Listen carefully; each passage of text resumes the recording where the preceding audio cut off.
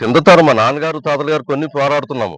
అప్పుడు కొన్నారంటే వాళ్ళకి మట్టుకు ఏం తెలుసు, సొసైటీ లేఅవుట్లు వేసి ప్లాన్లు వేసి బిట్లు అమ్మింది, అప్పుడు కొన్నారు. వాళ్ళకి కూడా తెలియదు. తర్వాత అది 24 సంవత్సరాల తర్వాత అది గవర్నమెంట్ ల్యాండ్ అని చెప్తే ఇంకా కాదండి, గవర్నమెంట్ అర్జీలు పెట్టుకుంటున్నాం, మాకు న్యాయం చేయండి అని చెప్పి అర్జీలు పెట్టుకుంటున్నాం.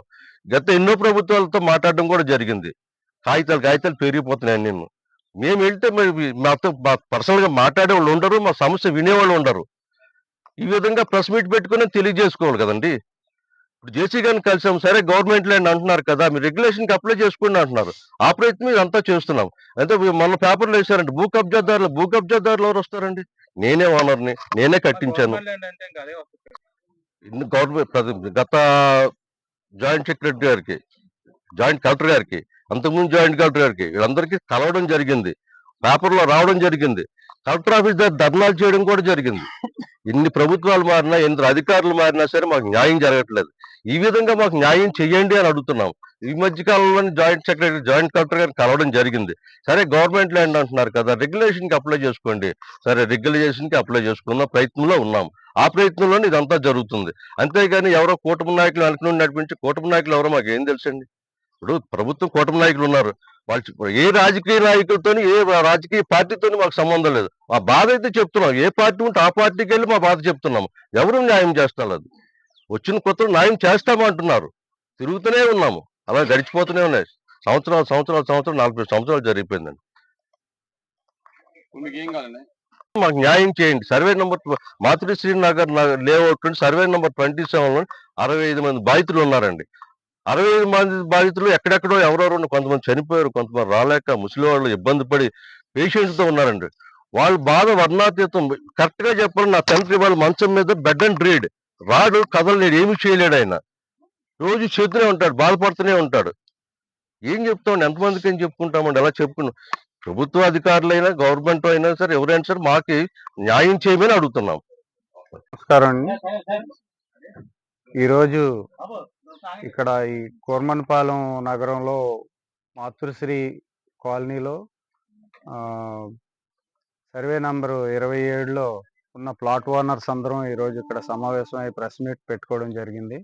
ఇటీవలే 2 కిందట వార్తాపత్రికల్లో దీనికి సంబంధించిన వార్తలు వచ్చాయి. అందులో కొన్ని సరైనవి కాదు, దానికోసం వివరణ ఇద్దామని ఈరోజు ఇక్కడ మేము సమావేశం అయ్యాం. ఇందులో నా పేరు కండాస వెంకట్రావు, నా వరప్రసాద్ గారు. మొన్న వచ్చిన వార్తల్లో వార్తాపత్రికల్లో వార్తలు ఏంటంటే, ఈ సర్వే నంబర్లో భూ కబ్జా చేస్తున్నారని చెప్పి వచ్చాయి వార్తలు. అదిని తర్వాత మరుసటి రోజు వచ్చిన వార్త ఏంటంటే, కూటమి నాయకులు అండదండలతోని భూ కబ్జా చేస్తున్నారని వార్తలు వచ్చాయి. దాని మీద వివరణ ఇద్దామని ఈ ప్రెస్ మీట్ పెట్టడం జరిగింది. అయితే మేమంతా గత 40 ఏళ్ళు పైగా ఇక్కడ ప్లాట్లు కొనుక్కున్న ప్లాట్ ఓనర్స్ అండి. అందరూ 45 ఇయర్స్, 1980, 82 ఆ ప్రాంతంలో కొనుక్కున్నవి. అందరి దగ్గర రిజిస్టర్డ్ సేల్ డీడ్స్ ఉన్నాయి. సేల్ డీడ్స్ అన్ని కూడా మీరు వెరిఫై చేయొచ్చు. చూపెట్టండి. రిజిస్టర్డ్ సేల్ డీడ్స్ ఇవన్నీ కూడా మా ప్లాట్లవి చూడండి. కూడా భూ కబ్జాదారులం కాదండి. అందరం చిన్న చిన్న వ్యాపారాలు చేసుకొని వేరే వేరే ప్రాంతాల్లో బతికే వాళ్ళం. ఎవరు కూడా ఒక వర్గానికి చెందిన వాళ్ళం ఎవరూ లేవు. అందరు కూడా వేరే వేరే ప్రాంతాల్లో నివాసం ఉంటున్నాం, చిన్న చిన్న వ్యాపారాలు చేసుకొని. తర్వాత వార్తలు వచ్చాయి, కూటమి నాయకులు అండదండలతో ఇక్కడ భూ కబ్జా జరుగుతుందని. కూటమి నాయకులే కాదు, ఇతర ఏ రాజకీయ పార్టీ ఏ నాయకులకి కూడా ఇందులో ప్రమేయం లేదండి. మేమంతా ప్లాట్ ఓనర్స్మి.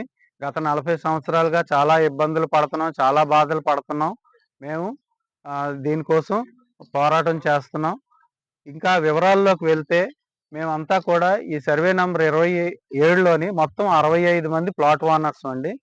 65 ప్లాట్ ఓనర్స్ 1980లో మేము ప్లాట్లు కొనుక్కున్నాం.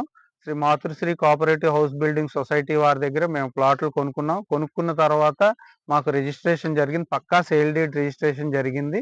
రిజిస్ట్రేషన్ అయిన తర్వాత మేము వెంటనే ఇందులో షెడ్లు కట్టుకున్నాం. అందరం ఎవరి ప్లాట్లో వాళ్ళం షెడ్లు కట్టుకున్నాం. కట్టుకున్న తర్వాత అప్పట్లో మాకు ఆ షెడ్లు ఉండేవి, మాకు ఆ కరెంటు కనెక్షన్లు కూడా కొంతమందికి ఉండేవి, అవన్నీ కూడా ఉండేవి.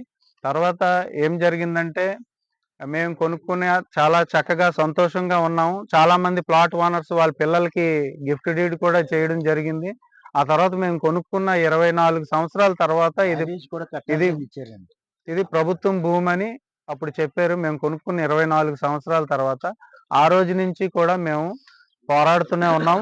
ప్రతి ఎంఆర్ఓ ఆఫీస్‌కి, కలెక్టర్ ఆఫీస్‌కి, ఏ ఆఫీస్‌కి చెప్తే ఆ ఆఫీస్‌కి తిరుగుతూనే ఉన్నాం మేము.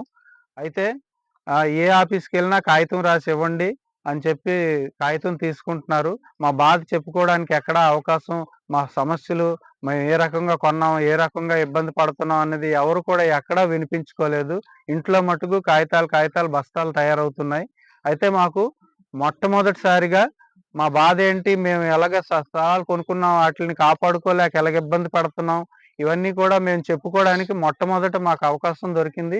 ఈ మధ్యే మన ఇప్పుడున్న ప్రభుత్వం వారు రెవెన్యూ సదస్సులు ఏర్పాటు చేశారు. ఆ రెవెన్యూ సదస్సుల్లో మేము ఈ మా సమస్యని చెప్పుకోవడం జరిగింది. చెప్పుకున్న తర్వాత రెవెన్యూ అధికారులేటంటే మేము పరిశీలించి మీకు తగిన ఆహ్, ఏదైతే చర్య తీసుకోవాలో అది తీసుకుంటామని చెప్పారు. చెప్పిన తర్వాత కూడా ఇప్పటి వరకు మాకు ఏది జరగలేదు. తిరగా ఈ ఆహ్, ఈ మధ్య అదే ఈ పేపర్‌లో ఈ కథనాలు రాయగాన మన గాజువాక ఆర్ఐ మేడం గారొచ్చి పాత షెడ్‌లు వదిలేసి కొత్తగా కడుతున్నవి కొన్ని షెడ్‌లు పడగొట్టించేశారు. ఎంత కాలయ్యేలా ప బ పడి బ ప్ర ప్రాధేయపడినా కూడా ఆవిడ వినిపించుకోలేదు. ఆ షెడ్ కొట్టేయడం జరిగింది. అయితే మరి మేము ఏటంటే రక్తం చిందించి ఆ రోజుల్లో కొనుక్కున్న స్థలం ఇది. మేము స్థలం వదిలేసి ఎక్కడికి పోము. అయితే భూ కబ్జా చేస్తున్నామని రాశారు. మా స్థలాల్లో మేము ఆనవాళ్ళ కోసం, ఎవరి సైట్ ఎక్కడున్నదో తెలియడం కోసం, తర్వాత ఆహ్, మేమిక్కడ ఏంటంటే ఈ మధ్య కాలంలో కొన్ని గుర్తు తెలియని వ్యక్తులు అమ్ముతాం, కొంటాం అని తిరుగుతున్నారు. అవన్నీ మళ్ళీ లేనిపోని సమస్యలు వస్తాయి. ఆల్రెడీ సమస్యల్లో ఉన్నాం 40 సంవత్సరాల నుంచి.